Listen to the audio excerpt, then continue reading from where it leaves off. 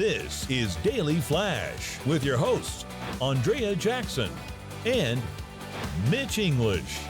Trending news and entertainment. This is Daily Flash.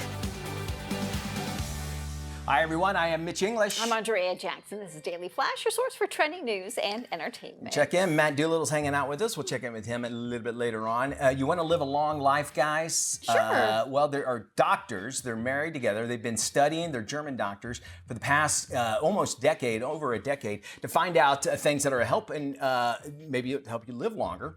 And they say if you kiss your wife every day for at least 6 seconds before you leave or whatever, okay, it can actually help you live longer. And the reason why is that it releases serotonin, and they say you have to do it for at least 6 seconds because of the fact that that chemical is given to you. It takes in that long. And we'll demonstrate really quickly. You can kiss your TV wife. Is that allowed? I think it's allowed for TV purposes only. Haven't we made up before? We have. For videos? There's a promo, and every time I watch it, I was like, I was having my thing. I was like, God, I remember that.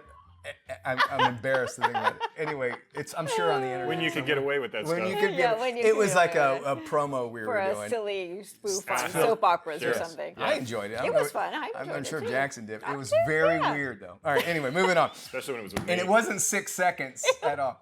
It was very quick, and I was nervous. Anyway, during the act of kissing, according to these doctors, during the act of kissing, sensations go directly to the limbic system, which is the part of the brain associated with love, passion, and lust. Okay. That is passed on if you could last longer than 6 seconds when you kiss somebody. So husbands, kiss your wives goodbye and do it longer than 6 seconds, so they'll remember you. That's how you do so. There was also another study that suggested, if you want to bring spark back into your relationship, let's say you've just sort of, things have kind of gotten quiet, a makeout session is what you do. Okay. A makeout, like a 6-minute makeout session. Okay. So, all right. I mean, guys, things happen. Hey man, newly married. I gotta keep the love spark going somehow. Yeah, We're done with all the trips, so I think so maybe you don't, maybe that's all you need is a 6-minute makeout session. You don't have to go further than that, but that keeps the spark alive. I like that idea. That's actually a really good idea. Yeah. And make sure the other person's into it. That's the only time I think. Get off of me! What are you doing? Get your tongue back in your mouth.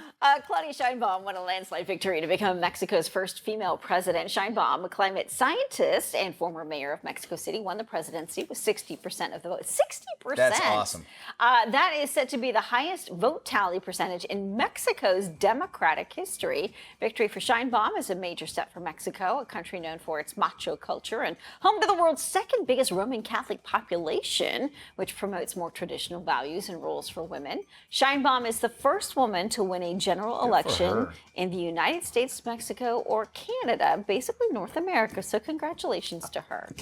And I'm going to say it, and please don't attack me with it, but when you think of like mayors in Mexico, you don't think of the name Sheinbaum, right? Yes. Which is interesting. And the woman's a scientist. Yes. And I mean, really, I think it goes to, I've always said, when I go into restaurants, and you've probably heard me say this on the show, if I go into restaurants and I see a lot of women or girls all working, maybe like a sandwich shop or whatever, I know I'm going to get, and this sounds very macho when I say this, but I don't mean it this way, is that I will get my order fast, it'll be right, and it'll look really good. And the reason I say that is that women can do more than one thing at a time. Oh, we're great multitaskers. Multitaskers. Yes. And I think that's a part of leadership that a president obviously can be able to do, and women hold that, and they also, despite as much fighting we see on the Housewives, they do know how to communicate. They know how to express feelings, at least. Well, I think there's a certain sense of care that goes into a leadership from a woman that may be different from a guy, because I think there's motherly instincts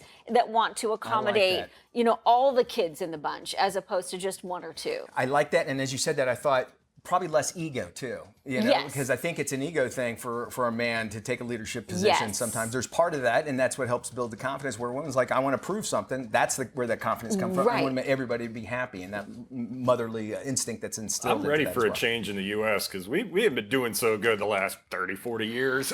Swinging this here and there. So I mean, I think it's time. I can't see a world. It wouldn't surprise me if a woman in the United States would be elected president. I'd be like, all right, move forward. Why is it a big deal? And as you've mentioned, it'd be nice where we get to a point where it's not a headline. It's not a headline. Story. Yeah, I agree. Let's do some life love shopping when we return with this lovely lady.